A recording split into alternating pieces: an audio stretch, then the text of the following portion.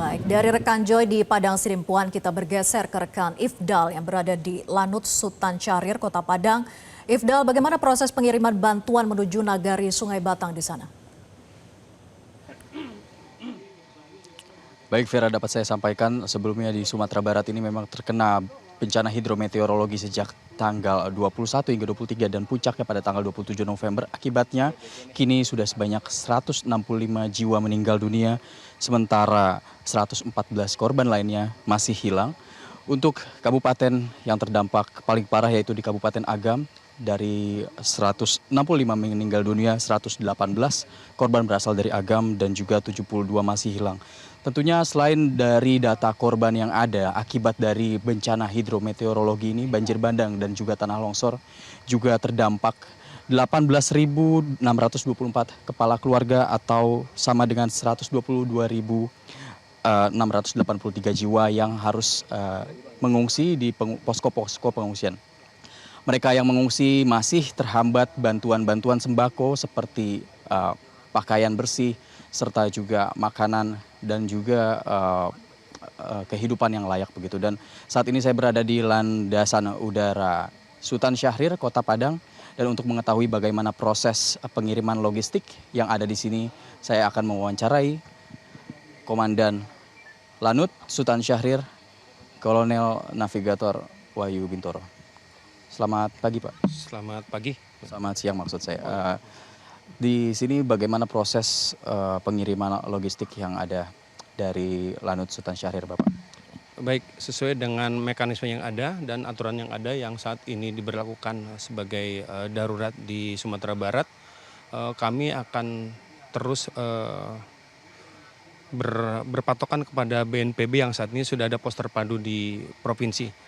Nah, semua barang-barang yang masuk ke wilayah Padang itu akan terkompil di situ. Kemudian pendistribusian udara kami akan meminta apa saja atau barang apa saja yang dibutuhkan oleh masyarakat, terutama untuk daerah-daerah yang memang tidak bisa dijangkau oleh transportasi darat. Kita drop lewat udara. Demikian. Daerah yang susah terjangkau itu daerah di mana saja, Pak? Mungkin bisa dijelaskan. Oke, dalam beberapa hari ini kami sudah memetakan hal tersebut. Kemudian yang saya dapat sampaikan adalah di daerah Sikalang, kemudian daerah itu di Pasaman dan mengunjungi di Pasaman Barat, sekaligus itu di daerah Maligi juga ada. Kemudian termasuk yang tadi disebutkan di daerah Agam itu juga sulit, walaupun sekarang sudah bisa ditembus oleh transportasi darat. Namun untuk mempercepat logistik yang disiapkan di sana kami juga dorong lewat udara. Kemudian di bagian Kabupaten Solok juga kami siapkan. Kemudian di pesisir selatan juga kami siapkan untuk dorong logistik ke sana. Untuk dorongan logistik yang dari airdropping begitu, Pak, kira-kira dalam satu hari itu bisa mengirimkan berapa sorti dari Lanut Sutan Syahrir dan juga mungkin apa saja yang dikirimkan? Ya, baik.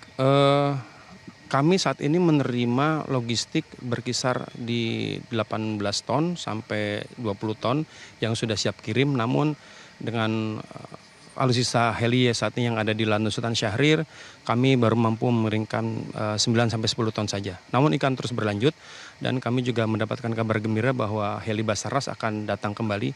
Dan perlu diketahui bahwa kami menerima dari pesawat TNI AU ada 1 Karakal, kemudian 1 pesawat Basarnas, 1 pesawat dari Angkatan Laut, kemudian dari BNPB, dan pagi hari ini kami menerima info 1 pesawat dari kepolisian juga akan hadir, kemudian tambahan dari 2 Basarnas. Nah, itu sudah menyuplai kira-kira dengan berbagai macam kebutuhan seperti mungkin selimut, bahan makanan, kemudian bahan makanan seperti yang instan, kopi dan segala macam yang diperlukan, tergantung dari masyarakat yang kontak ke kami butuh apa mereka untuk di drop di sana.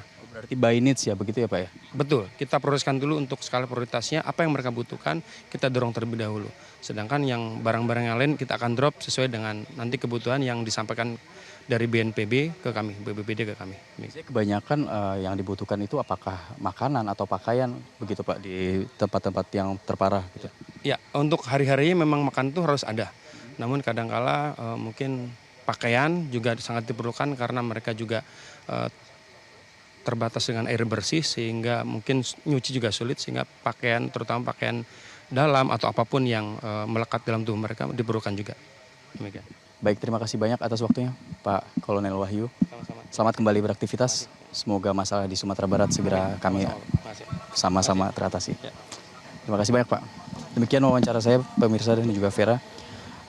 Terkait bantuan logistik memang selalu dikirimkan menggunakan helikopter yang ada di belakang saya. Adapun untuk helikopter yang di belakang ini adalah gabungan dari helikopter milik dari TNI AU serta juga ada TNI AL, BNPB serta Basarnas.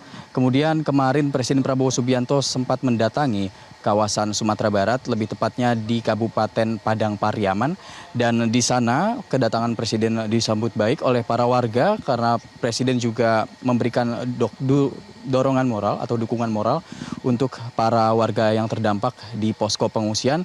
Presiden Prabowo Subianto juga menyebut bahwa terkait masalah di Sumatera Barat sudah hampir 100% teratasi, tinggal saja penyaluran logistik dan juga pembangunan infrastruktur itu kecepatannya akan selalu didorong begitu oleh pemerintah pusat dan juga pemerintah daerah atas instruksi dari Presiden Prabowo. Ia juga menyebut masalah listrik dan juga komunikasi di Sumatera Barat itu sudah cukup stabil sehingga ini dapat memudahkan proses pengiriman dan juga pencarian evakuasi korban. Kendati demikian pemirsa, saya berdasarkan pantauan saya dan juga juru kamera Dirhamsyah Maulana, memang di Sumatera Barat sendiri masih ada beberapa wilayah terdampak, lebih tepatnya pada jalan-jalan akses utama yang terputus ataupun ada juga yang lumpuh total begitu, salah satunya di kawasan Lembah Anai di Kecamatan Tanah Datar, Kabupaten Tanah Datar maksud saya. Di sana memang itu merupakan jalan akses nasional yang menghubungkan dari Padang menuju ke Bukit Tinggi. Akibatnya akses ini lumpuh total. Para warga yang ingin melewat ke Bukit Tinggi harus memutar sejauh lebih dari 2 km melewati Kabupaten Solok karena jalur alternatif selain dari Lembah Anai itu di alternatif melalui Malalak itu juga terputus begitu. Untuk sementara demikian, Vera. Ya, semoga pengiriman bantuan melalui udara ini dapat segera diterima oleh masyarakat khususnya yang berada di lokasi yang terisolir. Terima kasih Ifdal melaporkan langsung dari Lanut Sultan Syahrir Kota Padang dan sebelumnya rekan Joy Jones di Padang Sidempuan. Selamat bertugas kembali rekan-rekan. Jelajahi cara baru mendapatkan informasi. Download Metro TV Extend sekarang.